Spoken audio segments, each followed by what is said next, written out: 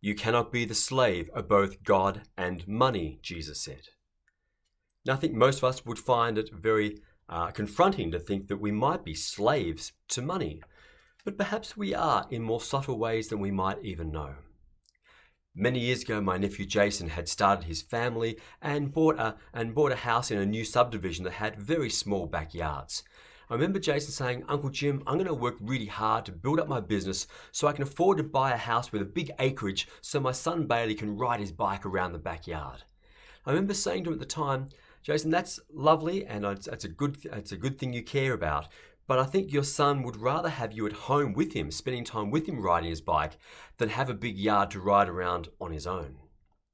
Now, I don't know whether my words actually made an impact on Jason at the time, but many years later, Jason and his wife and their then 3 children packed up, sold their business, and spent a year driving around Australia in a caravan.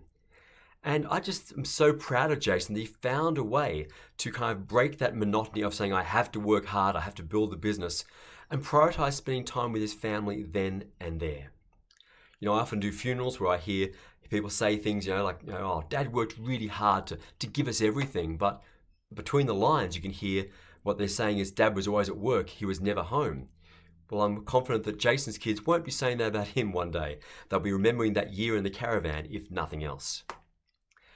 Jesus speaks a lot about money. When we think about the church's ethical teachings and moral teachings, we often think about sexual ethics, which the church teaches a lot on.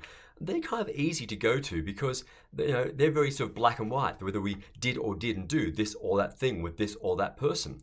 And we can say, well, I don't do those things, so I'm in the clear. But Jesus never really spoke much about sexual ethics. He spoke a lot about money. And that's more confronting, because we are all caught up in an economy. We are all involved in a financial system, whether we like it or not. We live in a country where the government's stated aim, as it is around the world, is economic growth. Grow GDP, have wages which always rise, have investments and house prices which always rise. And we are concerned about interest rates and inflation rates which might get in the way of achieving that aim. And of course, that's happening right now for us. So we are then caught up in an economic system where we do become, to some extent, slaves to that constant need for growth. We feel like if we don't grow our wages or our house prices, that we're falling behind. Well, this is something that Jesus challenges about. We actually hear a lot of teaching from Jesus about our relationship to money.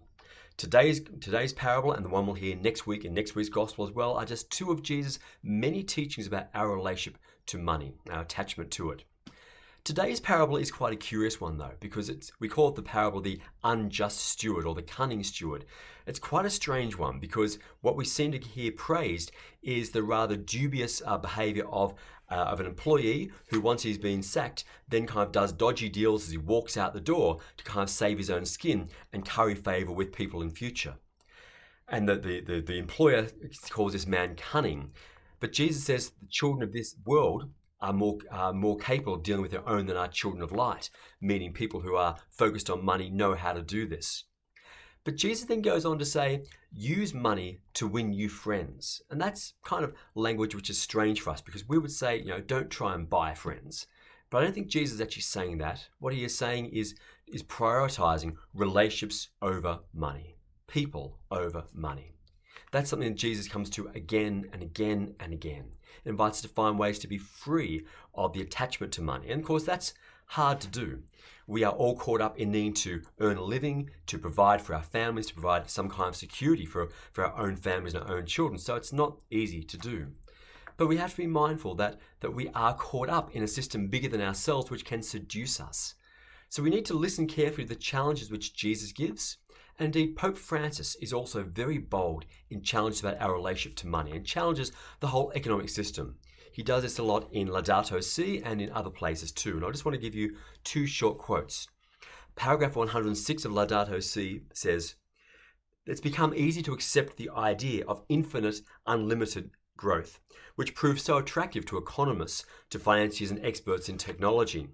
It's based on the lie that there is an infinite supply of the Earth's goods, and this leads to the planet being squeezed dry beyond every limit."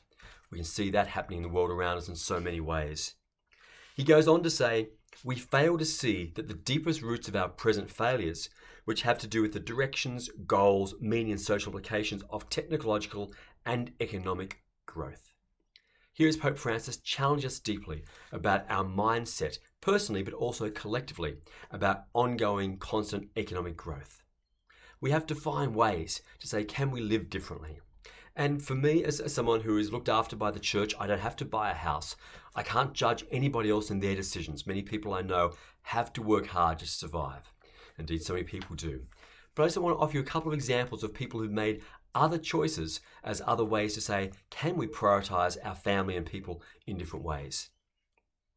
Many years ago, my friends Dave and Rachel had 2 young children, and they realized that in order to buy a house in Sydney, they would both have to work full-time, and that would mean putting their children into full-time care.